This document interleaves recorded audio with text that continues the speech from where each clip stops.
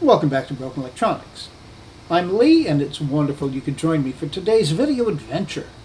And the adventure today, I'm going to be installing OpenCore on my main 2010 Mac Pro. I'm doing this not to upgrade to Big Sur. The time is not right yet. Progress is being made, hopefully fairly soon. Our paths to get to Big Sur and Monterey thereafter will be available to us. But for right now,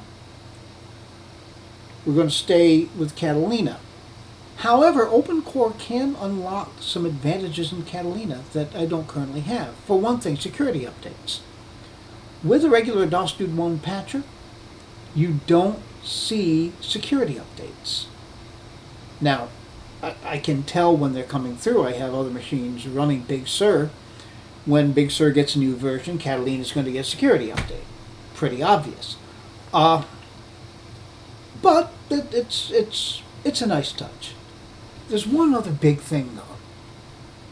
OpenCore can unlock the full graphics acceleration potential of my RX 580 graphics card.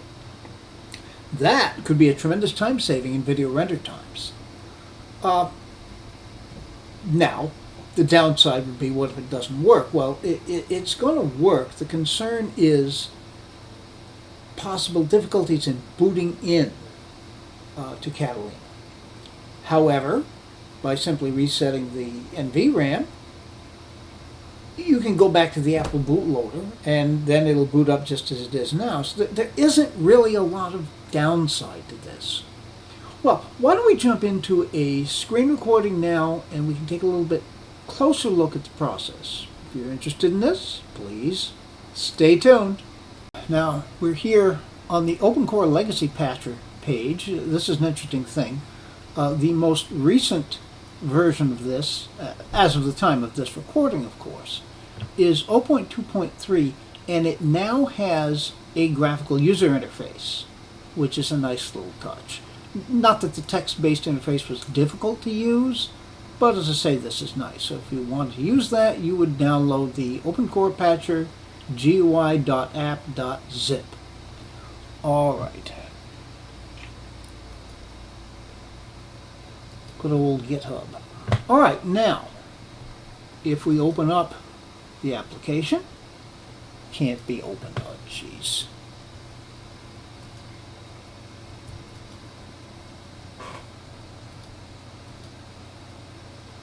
There we go. Okay. Here's a nice little touch. You've got a settings application here, which shows you various options. The only one that's picked right here is the disabled secure boot model. I'm going to add verbose boot to that. Very handy in case there are problems. And incidentally, it's very easy if you need to. If you want to change these settings, if you want, for instance, to enable FireWire boot, which could be handy. I'm not going to do that right now. But you can very simply just rebuild OpenCore and then reinstall it. All right, but we're going to go with these settings right now, and we will click Build and install OpenCore. All right.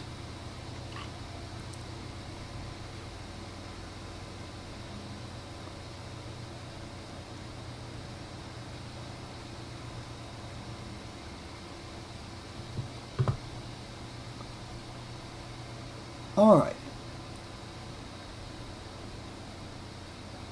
Trying to pick out exactly which is which, and it's not super clear.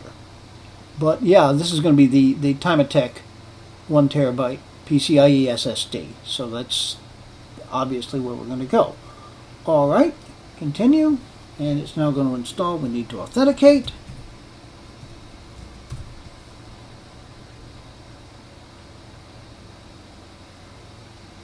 Operation completed successfully. All right.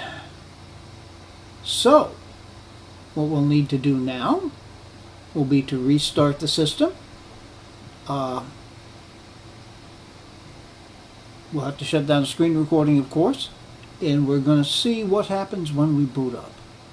Please stay tuned. Okay, let's see what happens.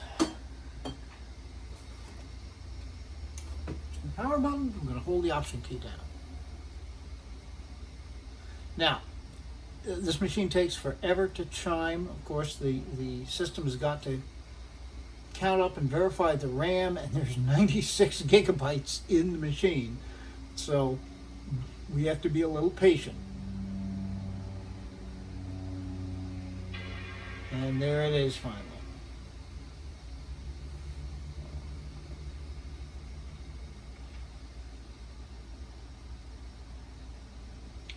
I'm quite sure that the screen will come on. Yes, here it is. And we're waiting for the bootloader.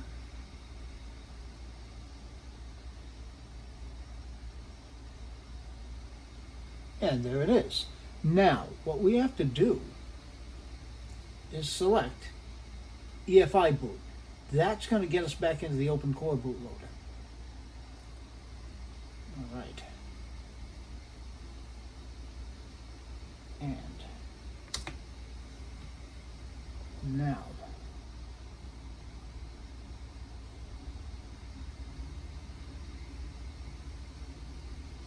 the verbose output. When I did this on the 3.1, it's a problem booting. So we're going to see if it hangs.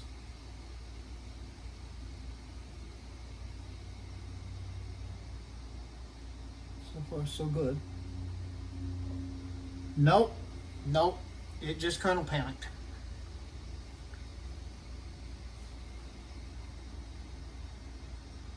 Yep, it just kernel panicked. See down at the very bottom there, you probably can't read it. Beginning core dump of kernel, and it's dumped the kernel, and then it's gone. So this is going to be a problem.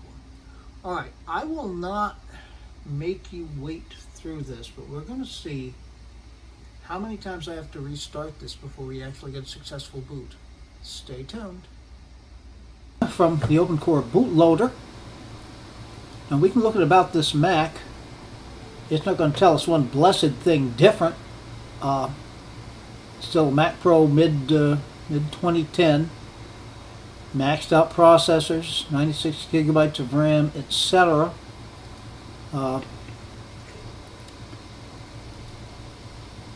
And a Radeon RX 580.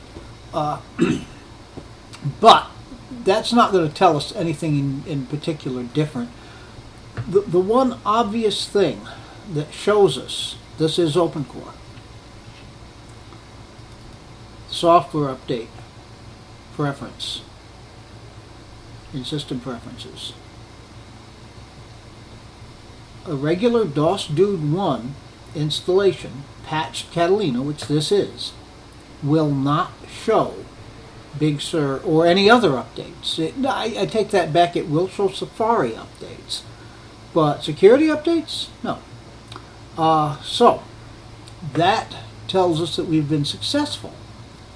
I've been playing around with it some time has passed. I don't know if you can tell by the change in the screen. Looked at some 5K streaming video in YouTube. It looks spectacular. Now, is it that much different than before? Yeah, I think it's different, but that may be a wish fulfillment for all of that. I think one of the big things we're going to need to do will be to edit this video and then see, are the render times that much better?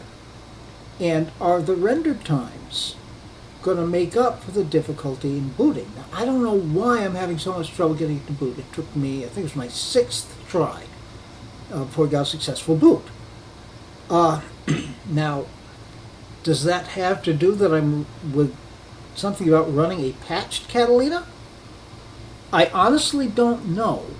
There's some experimentation to go there. I may try booting it back into Mojave. In fact, Maybe I should just do that. Okay. Stay tuned. Well, time has passed. As you can tell looking at the screen, we're not in Mojave. I discovered I can't boot into Mojave through OpenCore. I get a message on the screen that this operating system is not supported on this platform. I can boot into Mojave through the regular Mac EFI, as I can boot into Catalina as well. It does seem as I've booted and rebooted into Catalina that it's getting a little easier. I'm now up to successful boots maybe 3 out of 4 times, 4 out of 5 times, something like that. Maybe it'll just get easier. I can dream on. Well, anyway, I think the next logical thing to do, I'm going to take the clips in this video thus far, edit them and render them, and see how long that takes. Hopefully it will be a pretty short amount of time, if in fact this entire OpenCore thing is working the way it's supposed to. I will then come back and do one additional clip that I'll have to re-render the video, but what the heck, it's for science, isn't it? And let you know how that render went. So anyhow, to see all of that, please stay tuned. Well, here you see DaVinci Resolve. The result is in. That's a quick rendering test. 6 minutes 9 seconds to do a video just slightly under 12 minutes as it stands now. With this clip, it will be a touch more than that.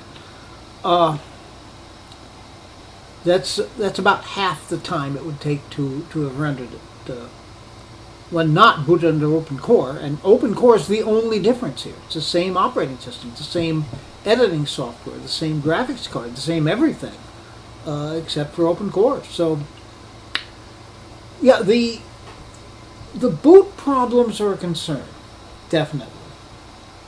You've got to be able to boot reliably into the operating system. I've never failed to get in, but it's sometimes taken a while, and that's a concern. But there's definite reward here, so this is worth a lot more exploration. It's always good to know if I have difficulty getting it to boot into OpenCore, I can go back to the Mac EFI and it'll boot right up without the graphics acceleration, but it will boot right back up. There was one other thing to look at. Now let's see what System Preferences is saying now. Okay, it's back to 11.4. For a while there, I checked out the software update and System Preferences, and it was saying 11.3.1, which is odd since 11.4 is the current Big Sur. Am I going to go to Big Sur? Yeah, I may try it. I'll be interested in seeing what this latest late bloom Kext experiment brings. But work is being done, progress is being made, and hopefully these wonderful, wonderful little machines that we love so dearly are going to be able to keep going for a while yet through Big Sur, hopefully into Monterey, and we'll see where Apple decides to take us after that. Well, anyhow, I think it's probably time to wrap up this video. Be good to other people. They need it, they deserve it. Be good to yourselves. You won't be much good to the other people if you're not good to yourself. We can make this world a better place. It isn't yet. So please take very, very good and careful care in these still difficult times.